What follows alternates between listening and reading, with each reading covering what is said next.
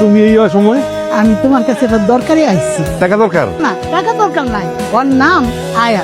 বাস অ্যাক্সিডেন্টে ওর বাপ মা সবাই মরে গেছে। ওরে দেহন কেউ নাই। তোর যদি তুমি একটু জায়গা দিতা। কোনো সমস্যা নাই, আমার বাড়ি তো খালি পড়ে রয়েছে। একটা করে নালে থাকবো। খালা থাকুক, কাম কাজ করবো, নিজের বাড়ি মনে করে থাকবো। এই নাম কি তোর? আই আই তোমার নাম জিগাই, নাম পাও না?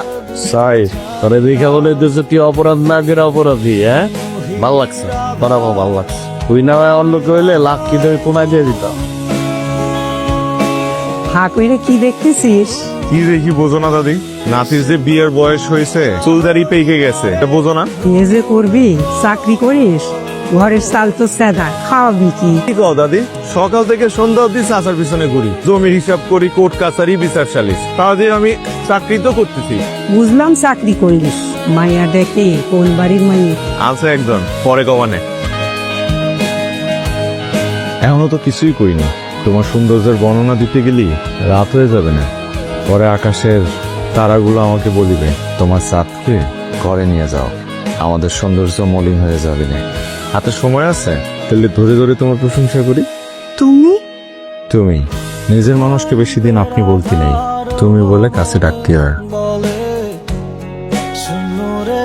কি ব্যাপার? স্যার, আমার বাবার নাম মাসুদ হাসান। আপনার বাবার বন্ধু ছিল। আমার এখানে কেন এসেছেন, আমি কি করতে পারি?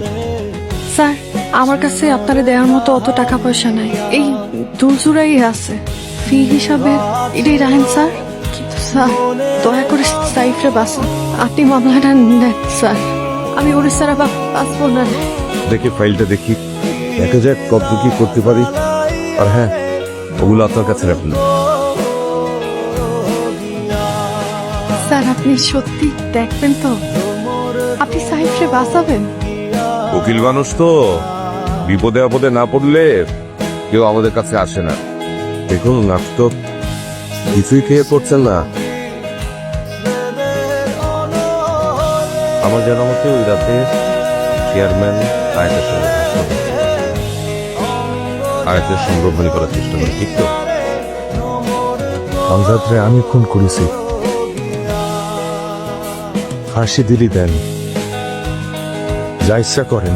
তারপরে ওই রাত নিয়ে কোনো উল্টোপাল্টা কথা বলবেন না।